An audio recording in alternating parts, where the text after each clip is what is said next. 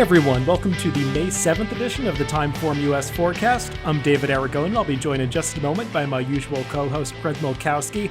This week, we're taking a look at Saturday's card at Belmont Park, where we're going to focus on the Pick 6 sequence, races 6 through 11, handicapping all of them. There are 5 stakes in total on the Belmont card on Saturday. We're going to talk about 4 of them that are part of that sequence, beginning with race 6, which is the Grade 3 Bogey, moving on through the Vagrancy, the Peter Pan for the 3-year-olds that prep for the Belmont Stakes, and then finishing things up with the Grade 1 Man of War. But also in that sequence are a couple of pretty intriguing maiden races on the turf, both 2 divisions of the same race for the fillies and mares, so we'll talk about that and how much you have to spread in those to get through some of the stakes that are in the rest of the sequence.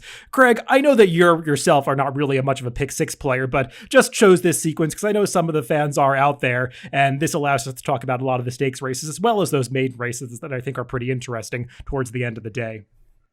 Yeah, I don't mind talking these races at all, but they're very good. Like you said, I'm very doubtful I would play a Pick 6, but I could play some of the horizontals that are mixed in here for sure. And I think these are some interesting betting races, including the maiden races, which may be the best of all when it comes to offering choices at the window.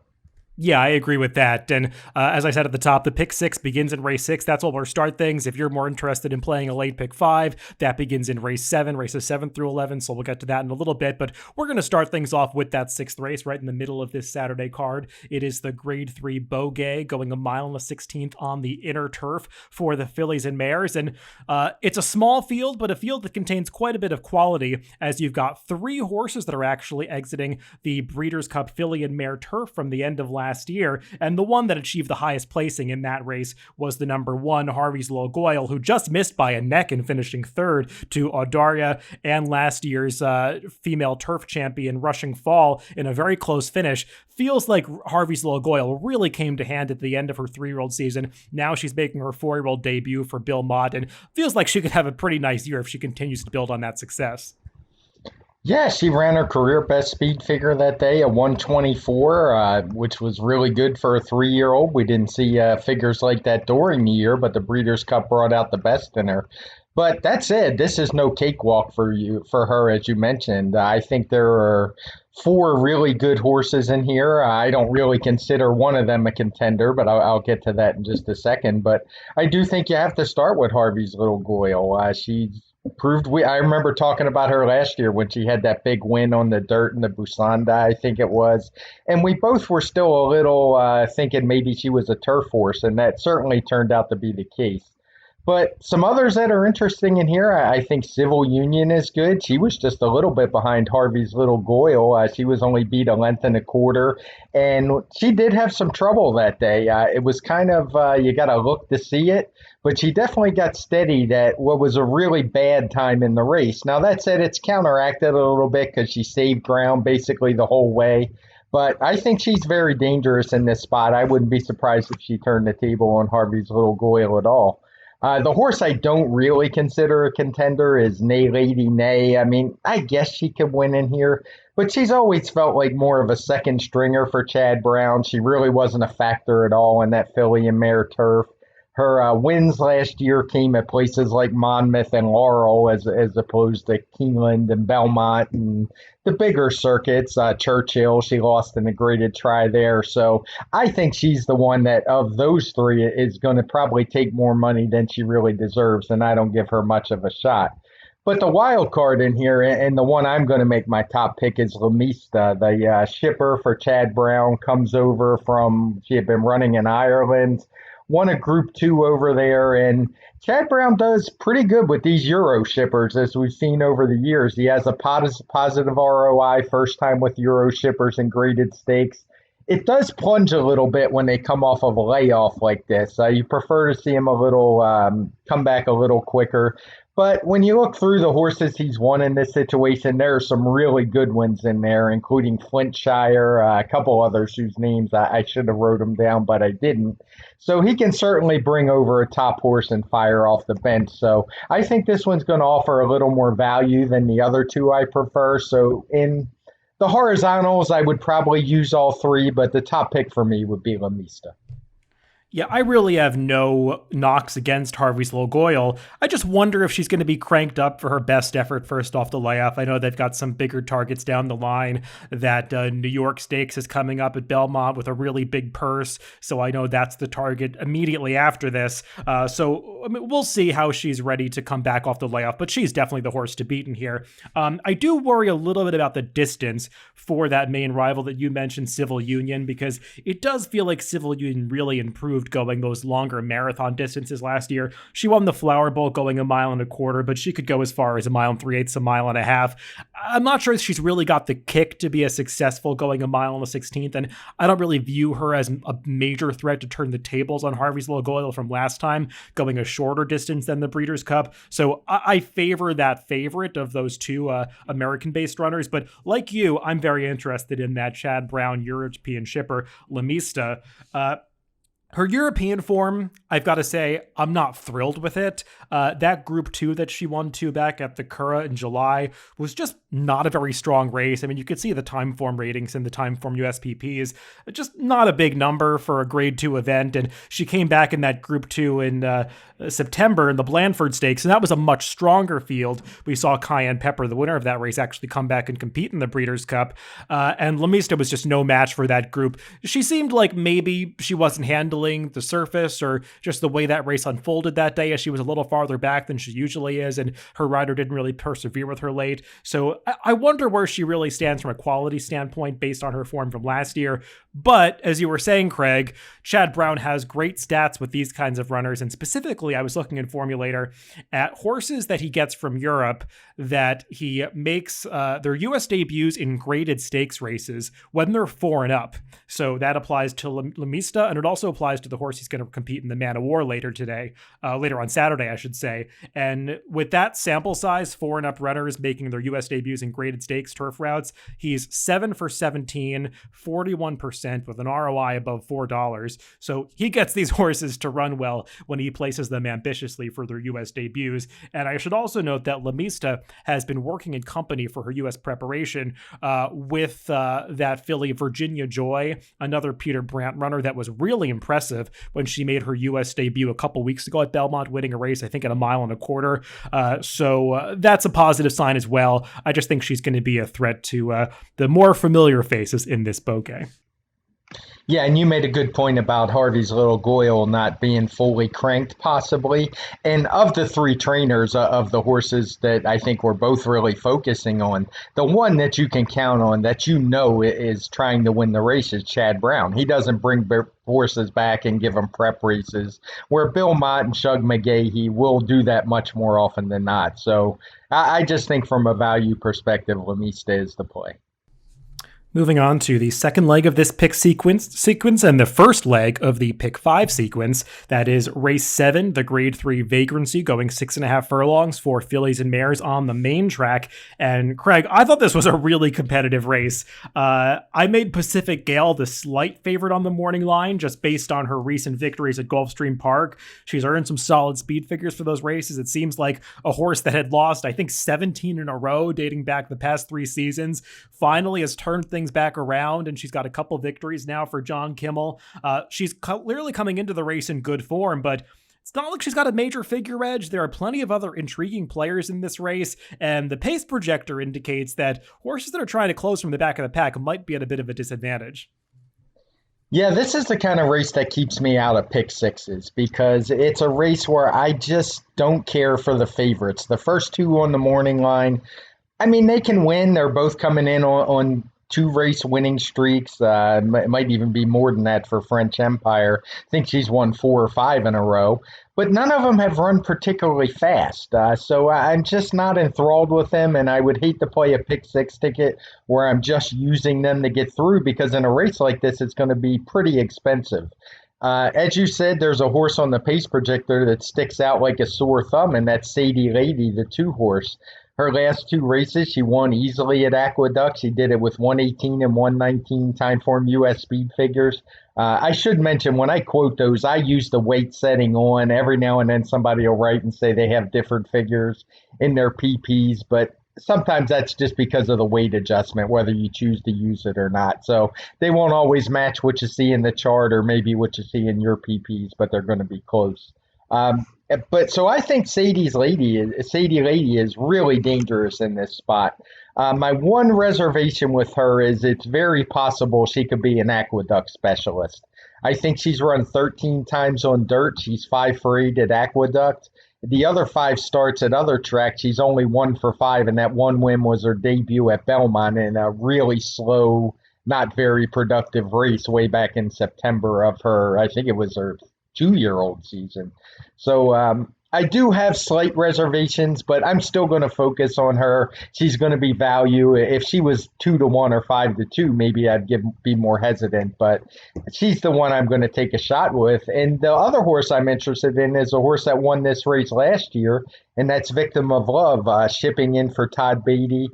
She won this race with a 115 speed figure. She backed that up, won a really good third behind Serengeti Empress and Bellafina in the Ballerina, another 115 speed figure, just a little tougher horses in that group.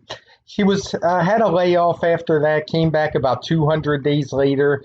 Didn't run particularly well at Laurel that day. The comments do say she was pinched back at the start, and she was, but I don't think the trouble was all that. So, I mean, you do have to have a little bit of faith that maybe that just wasn't the race she was intended for. She's certainly been working well since. So I would say Victim of Love is my second pick in here, and definitely one I would use in horizontals and verticals.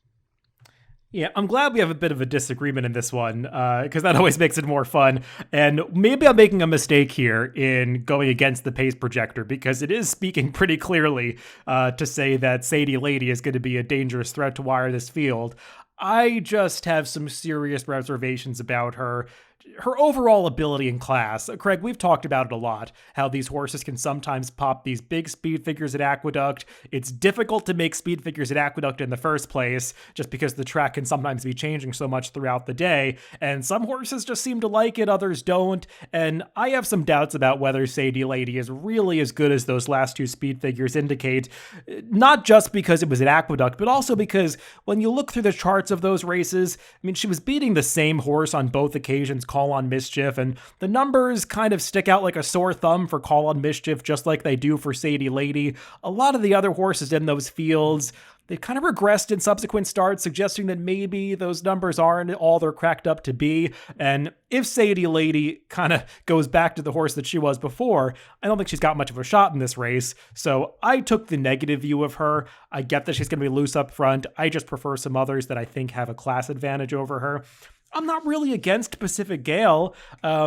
She's not the kind of horse that I really am thrilled to take at a short price, because I still don't think she's the most reliable runner, even though she's got those 2 victories in a row. It's hard to forget that the horse that she was before, but I think you have to use her in this race. I landed on the number 5, On Her Way, and I know that she's going to be a little up against it from a pace standpoint because she is a closer in a field that doesn't feature that much speed, but she's capable of placing herself a little bit nearer to the pace than some others that are just one-run closers. She can make an early move, which we've seen from her on a few occasions in the past, kind of like when she won the Pumpkin Pie 3 back at Belmont. She made an early move on the far turn to get herself into contention, so I'm hoping that Jose Ortiz does the same thing here, and Jose Ortiz definitely seems to have the key to this mare. He always gets the best out of her. Her last race, it was coming off a bit of a layoff in the distaff, just felt like the perfect prep to me. Again, it was a race that featured a pretty moderate pace. She made a good move in upper stretch to get there and just kind of flattened out a bit at the end, going 7 furlongs. Now she's moving back to Belmont, which has been her preferred surface. So I just think she makes a lot of sense. I'm not against the alternative that Craig brought up, the number 3 Victim of Love. Her last race probably is not as bad as it seems, because the horse that beat her, Madam Mina, has been in great form. I mean, she was actually favored over Victim of Love, even though she was coming out of the Ballerina. So that just speaks to how good Madam Mina's been lately. And if she can get back to anything close to the form that she was in last summer, I think she's dangerous here.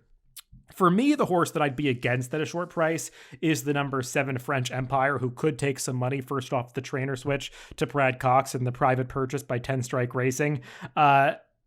She was beating Headland in a couple of races at Oaklawn. If you've been watching Oaklawn for the past few seasons, you're familiar with Headland. She's just not really a graded stakes kind of horse. And, everybody had the last race fast. You had it fast. Beyer had it fast. But if you look through the chart of that race, every horse that's come back out of that allowance race has run significantly slower in subsequent starts. I just don't totally buy that French Empire is quite as good as some others in here. So I'll let her beat me at a short price. Yeah, I've got no problem with that. That race has come back just okay. I think the fourth place finisher won a couple starts later with a decent figure, but it's iffy, and I just think it's a case of it was a lower class race, and I'm not expecting that kind of figure this time facing better competition. Let's move on to one of those two maiden races that's part of this pick 5 and pick 6 sequence. Race 8, it is a maiden special weight going 1 mile and a 16th for the fillies and mares. And both of these two races, the maiden races on this card, races 8 and 11, are split from the same division. We've got 10 in this one, and I found this to be a really intriguing field, one where it's hard to dismiss too many horses. There are some positive things to say about almost everybody, but of course, in a maiden race in New York on the turf, you've got a couple of Chad Brown runners, both of whom have their merits. The one that could go favored is the number 5 in Italian. This is a Peter Brandt-owned daughter of Dubawi. She's got Irad Ortiz aboard, got a race into her at Tampa Bay Downs over the winter. Seems like that was just a prep, and now she's likely to improve second time out, but I'm not sure that I want to take a short price on anybody in a race that seems this competitive. Yeah, I think this is a tough race, and you touched on in Italian. This is one of these races that would get me in trouble as a pick 6 player, because as a vertical player, I want no parts of her. She's coming out of what has proven to be a pretty darn weak race at Tampa. She got a great setup that day. She was 7-5 on the morning line, or in the actual betting, and she still couldn't get the job done. She only got a 79 TimeformUS speed figure, and there's horses in here that have run triple-digit speed figures, so that would be quite the jump, and I want no parts of that at a short price. So I'm going to look at 3 others in here. I think the 8 horse for Graham Motion, Palamos, I assume is how you say it, is clearly the horse to beat for me. She ran a 104 TimeformUS speed figure late in her 3-year-old season at Aqueduct. After 100, she lost a counterparty wrist that day, who's gone on to do some pretty good things. And when you look up Graham Motion in Formulator, this is a spot he does really well in. I looked up just maiden special weights on the turf coming off of a layoff of 150 days to a year, and he's 8 for 33 with a 3.28 ROI on in that situation. So she would be my top pick and clearly the horse to beat. A couple others for me that I would give consideration to. Titella is interesting for Brad Cox. He wins 23% in these spots, maiden special weight turf routes with first-time starters. But he does usually get bet when he wins in these spots. His ROI, despite winning 23%, is only 1.75 for $2. And only 4 of those 27 winners have went off at as so much as 4-1. Most of them are in the 3-1, 5-2, 2-1 range. So clearly want to watch the board on this one. If the money shows, definitely worth maybe using on your tickets. Of course, we won't know that for pick 6s, but maybe you would for a pick 4 or something like that. The other one that I don't like so much is Flaming Rouge. It's a foreign chipper for Christophe Clement. And it's just a situation where he doesn't do very well in these. So I'm not interested in that one. And I guess the other one you have to consider is the Chad Brown first-time starter. It would, based on the morning line, be the other Chad. I'll leave the breeding to you on this one, but we all know in these spots Chadwell does plenty fine, and it's leave them off at your own peril. Yeah, this is a really tricky race for multi-race sequences because either you're going to take a stand or you have to spread a little bit because there are a lot of horses that I think you could talk yourself into. We have a similar view, I think, of the 2 horses that I pegged as favorites on the morning line. I'm not against in Italian. I expect her to take a big step forward, as a lot of these horses coming from Tampa for Chad Brown tend to do. I'm not going to get too caught up in the speed figures she ran first time out because we've seen this over and over again. Horses coming from Tampa for Chad Brown, they just generally do better when they get to another circuit. But the number 8, Palamos, she does feel like the horse to beat based on that performance from last fall at Aqueduct. I didn't think she had an excuse that day. I mean, she got a great trip. I thought that Junior Alvarado rode her really well, saving ground before ankling out, but she was just second best to Counterparty Risk, who's turned out to be a really nice horse. So if she can run back to that performance, she's going to be tough in here. I do wonder if ultimately she's going to want to go longer than a mile and a 16th because she's got some real stamina breeding on the dam side. She's actually a full sister to Mississippi, who was a good runner for Grab Motion, who was competing in races like the Way at Saratoga, the Glens Falls, going a mile and a half, mile and 3/8. So we'll see if she ultimately wants to go farther in the future, but she makes sense in this race. I made my top pick that other Chad Brown runner, the number 7, Infinite Potential. She's making her first start, but she's actually a 4-year-old in a field where all the other horses making their debuts, and most of the other horses in general, are 3-year-olds. And that's just somewhat interesting that Chad has kind of kept her around and put a lot of work into and persevered with her.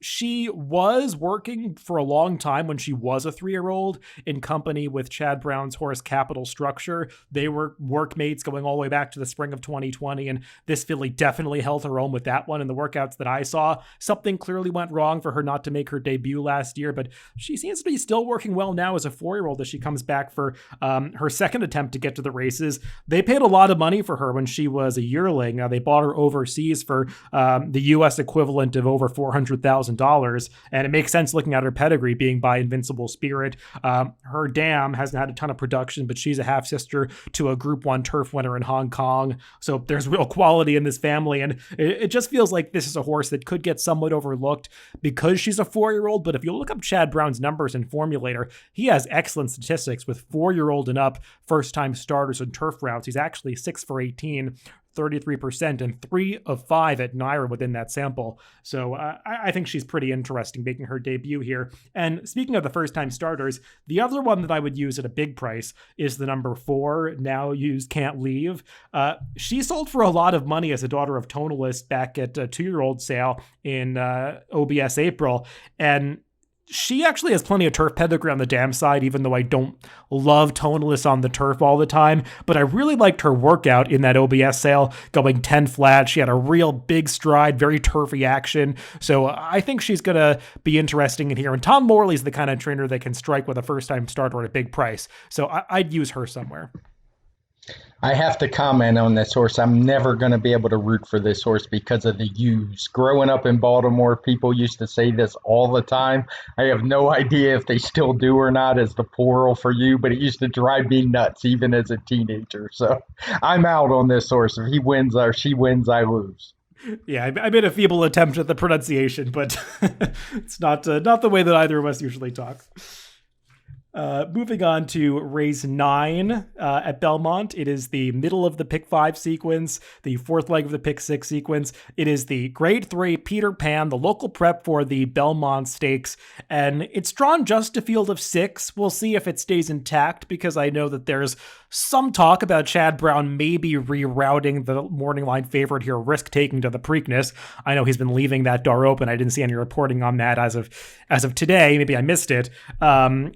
Risk Taking would probably be the horse to beat in this race if he runs in the Peter Pan, but he's got some questions to answer after not really showing up in the Wood Memorial last time, and a lot of others in here, they also have class questions to answer, so it just feels like a race where a lot of horses still have something to prove. Well, I just looked it up while you were talking, and I found David Greening's tweet that Risk Taking will scratch from the Peter Pan and will run in the Preakness. So unfortunately for me, that's going to take some of the value off of the horse that I really like in here, because I personally didn't particularly care for Risk Taking in here, so I'm not going to like him in the Preakness. But the horse I like is Todd Pletcher's Promise Keeper. He was a horse who he broke his maiden at Gulfstream. He got a little hype off of that, and they threw him immediately into the Tampa Derby, a race where I know both of us pretty quickly dismissed him and didn't like him at all, even though he went off only 4-1 that day. But he came back in an allowance race at Keeneland, and man, did he look good to me. He got a 112 TimeformUS speed figure, and it's just a case where Risk Taking or no Risk Taking, I thought he's the best horse in this field. when I looked at the two that were lower than him on the morning line, Risk Taking Who's Out and Nova Rags, I was even more inspired because I don't particularly care for Nova Rags either. I mean, he's done okay and he's getting better and better, but I just think that Florida Derby was not the Florida Derby we've seen in years past. There wasn't a whole lot of running going on in there. None of the horses that came from the Derby that went to the Derby did a whole lot. Maybe Known Agenda had a little bit of an excuse, but I didn't see much. I know we talked about that on the forecast. So I just think Promise Keeper is clearly the horse to beat in here. And if there is one that I'm most afraid of, it would be the other Todd Pletcher and Overtook, because I think he has some more upside. He's a horse who's been improving his speed figures every time out. We haven't seen him since a second place in the Withers to Risk Taking, so I assume something went wrong that day, but I would expect to move forward from him. So for me, it's Promise Keeper over the other Todd Pletcher and Overtook. Yeah, Risk Taking coming out of this race, it makes it a slightly less appealing wagering race because I was a little against him as well. I thought that at a short price, he still had some things to prove. I know he was doing well coming into this, and that's why they were starting to entertain the idea of the Preakness, and obviously they decided to go there and take that ambitious shot against some of the horses coming out of the Kentucky Derby, so we'll see how he fares there. But as for this Peter Pan, I'm not against your pick, Promise Keeper, at all, Craig. I agree with you about his last race. He ran really well there. He didn't break. He kind of fell to his knees at the start. He had to recover from that. And he finished up really powerfully. He got the 1 1/8 distance. Seems like one that relished going that far. And given the fact that there's not a whole lot of speed in here, you'd have to think that as long as he breaks well, Louis Assayas is going to be much more aggressive this time and try to establish a lead. And that could be an advantage in a paceless race. So I think Promise Keeper makes a lot of sense. And like you, of the short prices that are left, I do prefer him to Nova Rags, who... yeah, he's been okay. I wonder how far he really wants to go. I thought that he was kind of fading at the end of the Florida Derby, like maybe a horse that doesn't really want to go 1 1/8. And Bill Mott's even hinted at that in some of his pre-race quotes, that they're thinking about turning this horse back in the future if he doesn't fare well here. So I prefer Promise Keeper to Nova Rags, but I went in a different direction, and I'm going to take a shot with the inexperienced horse, the number 4, Wolfie's Dynaghost. Well, first of all, Craig, you know that I can't resist a half-brother Sadler's Joy. And given that he has that pedigree, he's supposed to appreciate getting more ground. Obviously, there's a big question about where this horse has been and whether he's ready for a test like this coming off the layoff. Well, it's not like this is the toughest grade 3 in the world. I mean, especially with Risk Taking out, it's kind of like a nominators of 1, nominators of 2 allowance that just has a graded stakes rating slapped on it. So I'm not too concerned about the fact that they're running him the Peter Pan off the layoff. And this is a horse who showed a lot as a 2-year-old in that one start. He was very professional. He broke alertly, rated kindly off the pace, and I thought he finished up really well. That's come back as a strong race. I mean, you saw Weyburn was second in there. He came back to win, and obviously won the Gotham after that, was 4th in the Wood.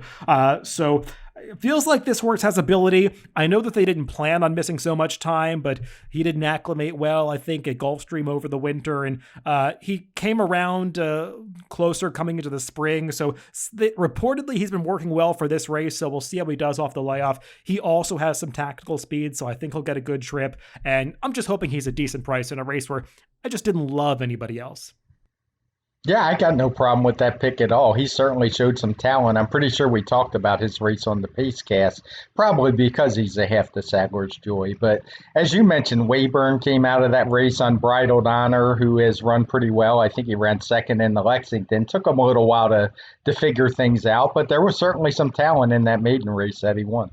Yeah, I mean, even beyond those, the Reds was in that race. He won the Federico Tessio. If you go a little further down the field, Dynamic One was in that race. Obviously, he made it to the Kentucky Derby. He didn't run well that day, but that's been a key maiden race that Wolfie's Dynaghost came out of. We'll see if he can take that step forward, because he needs to, but he's certainly one that has the pedigree and potential to do it if he's ready.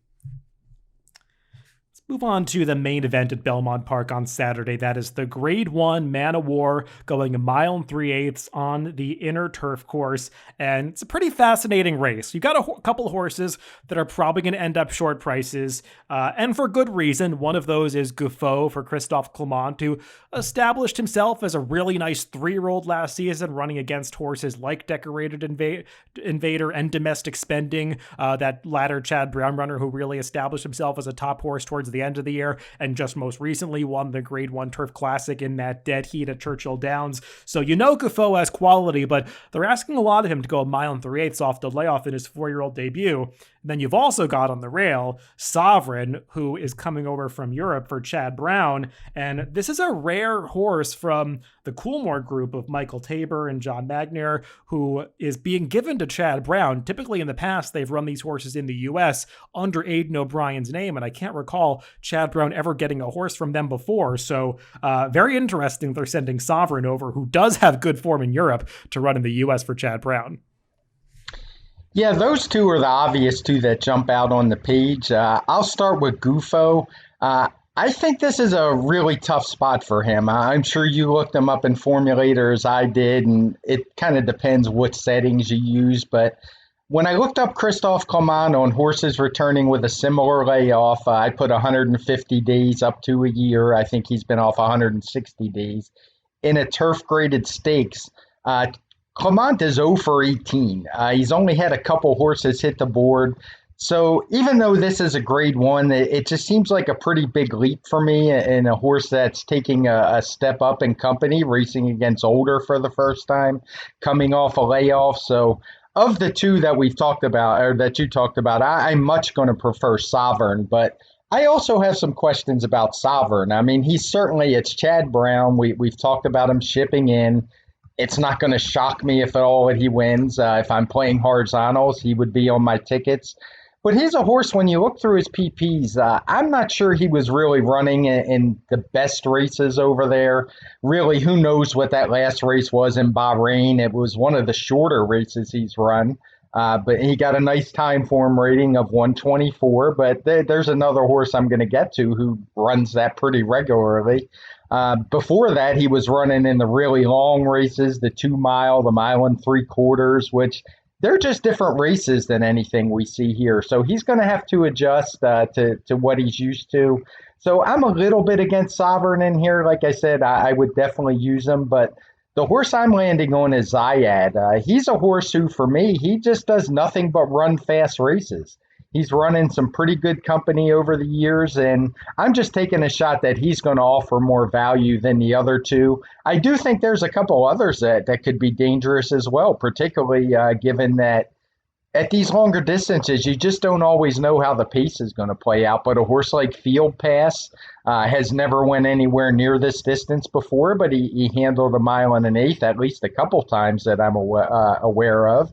And he's a horse who, if they let him go up front, he's certainly shown plenty of talent, run many 120-plus speed figures, or ran a 120-plus last time in his first start as a 4-year-old. And so I consider him dangerous as well, but Zayad's going to be the horse for me on top. Yeah, we have a similar take on Guffaut, who I'm not going to be shocked if he runs well here. I just think it's a tough spot off the layoff, and especially for a horse with his running style, being that he's such a deep closer in a race that features a very murky pace scenario, arguably not much pace at all. I just think it's going to be tough for him off the layoff. I think he'll come running late and run well. I just didn't want to take him at a short price on top. So I did go to some others here. And Craig, we don't have takes that are that different on this race. We both went for European runners, and I have no problem with Zayad. I think he makes sense here, and he'll be a better price than the horse that I put on top. I didn't love a couple of the rides that Manny Franco gave Zayad last year. I thought he might have moved a little soon in the Red Smith, and before that, didn't get the most comfortable trip in the Sycamore. Manny Franco's a good jock. I just feel like there are maybe some others that have a little more finesse in these turf races, so I might have liked him more if he had a rider switch in this race. Maybe I'm being a little hard on the jock there, but with a horse like this in a race that looks so competitive, the little things do make a difference. So I think Zayad's a contender here. I just wonder what kind of trip he's going to work out. I did land on Sovereign. I know he's a short price. Ultimately, I couldn't go against him. I hear you, Craig, about not being thrilled with some of his recent races in Europe, but I think that they had some difficulty finding an identity for this horse last year because they tried to make him into one of those stayers going a mile and 3/4, 2 miles, and it just turns out that's not what he wants to do. He hadn't really given that indication early in his career, and it didn't work out. And that race that they turned him back to, going a mile and 1/4 in Bahrain at the end of November, I mean, the top two might not be, the greatest horses in the world, but there were some other runners in that race that have group quality, and that was actually a decent field, even for that 60,000 US purse. So I feel like Sovereign actually ran pretty well in that race, and arguably with just a jump more ground, he would have won because he was finishing best of all in there. Also, he's a horse that had shown real quality going back to his 3-year-old season. I mean, let's not forget, he did win the Irish Derby by 6 lengths. He was a big surprise that day, doing it at 33-1, and he kind of outran the role that they put him in because he's a horse that they kind of had fashioned into a rabbit for some highly regarded horses in the stable, and he's one of those rabbits that just kind of ran off on the front end and forgot to stop, and that's how he won the Irish Derby. So he is a horse that actually does have plenty of tactical speed if Chad Brown chooses to use it. I was reading some of Chad Brown's quotes coming into this race, and he's very aware that this horse had success on the lead in Europe. So he was saying he does want to see him forwardly placed in this race, and I think that'd be a smart move because when you look through this field, there's just not really any speed. I know that Field Pass is shown on the front end in the pace projector, and Mike Makers, he's a smart guy. I mean, he'll see that and probably look for Luis Saez to have this horse in a forward position. I don't really love the stretch out for Field Pass. I know Mike Maker's always dangerous with this move. Personally, I've never thought of Field Pass as a horse that wants to go marathon distances. And while he did run well in the Maker's Mark last time, he didn't really say to me that more ground's going to benefit him. So we'll see. I know some people who like him, but he wasn't exactly for me. And I just thought Sovereign made a lot of sense. I mean, I quoted that Chad Brown stat earlier with La Mista having those great numbers coming off of shipping in from Europe in graded stakes races. And also, I mean, if this is the first horse that he's getting from those Coolmore guys, don't you kind of feel like he's going to want to make a favorable impression and get this horse to run well? So I landed on Sovereign somewhat reluctantly, but I just felt like he made too much sense. Yeah, I've got no problem with him. I would say he's probably the most likely winner, even over Gufo, who, well, I don't like him at all. But it's a race where if I play horizontals, I'm going too deep with him and Zayed and hope that gets me through. So yeah, it's funny we didn't even mention our old buddy Channel Cat. Always good to see him in here, but it seems a bit over his head. And the pace projector, this one's really puzzling. I know you mentioned Field Pass and he is shown in front, but I honestly, if somebody forced me to pick a horse on front, I don't even know who I'd pick. It could be him. It could be Moon Over Miami. It could be the ridiculous long shot So High, who I have no idea why he's in this field. I know Chatter Paul does that pretty often enter some horses. I assume it's to collect the purses that they offer way down the line or something. But we will see, but it's a race I definitely wouldn't be relying on the pace projector because it's going to come down to jockey strategy, and any number of horses could be up front. Well, let's close things out at Belmont on Saturday with a final race of the day. That's race 11. Obviously, it finishes up the pick 5, pick 4, pick 6 sequence. And this is the other division of that 8th race we talked about. Maiden Specialweight going a mile and a 16th on the turf for the fillies and mares.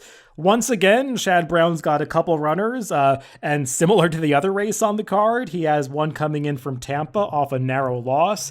That is Rastafara, again for Peter Brandt. She took a lot of money in that Tampa race and ran pretty well, made a middle brace move to get to the front end and just got cut down at the end by another first-time starter that looked to have ability. So I think she makes some sense in here, but kind of like the other race we talked about, this is a really competitive field and one where you can make a case for multiple horses. Yeah, it's almost like a carbon copy of the last one. I mean, as a horizontal player, I guess you have to use that horse, but as a vertical player, once again, I would try to beat her. She's coming out of a race that also proved to be pretty weak at Tampa. Not a lot coming out of it. I know she's going to improve, so it's just a matter of how much. But if I was playing horizontals, this would definitely be a spread race for me because unlike that other maiden race where there were a couple I was able to focus in on. I just don't really see it in here. I think it's a pretty tough race. I guess if I had to make a top pick, it would be the horse I actually think should be favored in the wagering, and that's the 9 third draft. I think he's coming out of some stronger races. Just missed last time at Keeneland for Shug. Good speed figure on the day. So I would say he's probably the horse to beat. And similar to the other one, I prefer the other Chad Brown again in Gabby Squared, the 6th horse, who also ran 100 TimeformUS speed figure. I mean, I didn't particularly love the race watching it visually. The horse didn't really make any moves, save ground all the way, but he's probably going to do the same thing again here, which would put her right in the mix at the wire based on her speed figure. So in a race I would spread, I would say 9-6 for me. And the 2 I don't particularly care for. But if I was playing pick sixes, like I said, I guess you got to use her at some point. Yeah, I'm not really thrilled with either Chad Brown runner in this race. Rastafara ran fine first time out, and she can obviously improve just like that other Chad Brown horse we talked about in the 8th race. But I don't need a short price on her, and she probably will be a short price since everything that Irad Ortiz gets on seems to get overbet at Belmont these days. I didn't love the other Chad Brown horse in this race, Gabby Squared. I know that she's had a couple minor trouble lines in her last 2 races. I thought she got good trips on both occasions and just had to alter course very slightly in the stretch on each of those. And I just think she hasn't shown much of a kick in those spots. And actually coming out of that last race at Aqueduct, I like Miss Bonnie T, who I just think makes a lot of sense in here. I mean, she never takes that much money. She was 11-1 last time. I don't think she's going to be favored here going out for the David Donk barn with against some powerful stables. And to me, she's just run well in each of her last 2 turf races. She was arguably best in that December race at Aqueduct last year when she made a big move at the top of the stretch to open up and just got cut down late in a race that kind of fell apart at the end. And last time, I thought she ran better than Gabby Squared when she tried to get sent to the front, but a horse aggressively ran off on the lead like a 99-1 shot that stopped. So she had to deal with that horse and still almost hung on to win the race. And I don't see a ton of speed in here, so I think she's going to get a good trip again. And I just thought she made the most sense. So I love that I miss Bonnie T, and I would use her primarily with the other horse that you mentioned, Craig, 3rd draft, who I just think is also pretty logical. Yeah, my only real concern with Miss Bonnie T is drawing the inside in this, what is basically a 1-turn race at Belmont. It's quite a different layout from Aqueduct, as obviously you know, as our New York guru. But I would use her for sure, but that's my one concern with her. A lot of horses often get buried down in there at this configuration. If it was on the inner turf, I would like her a lot more than I do on this course.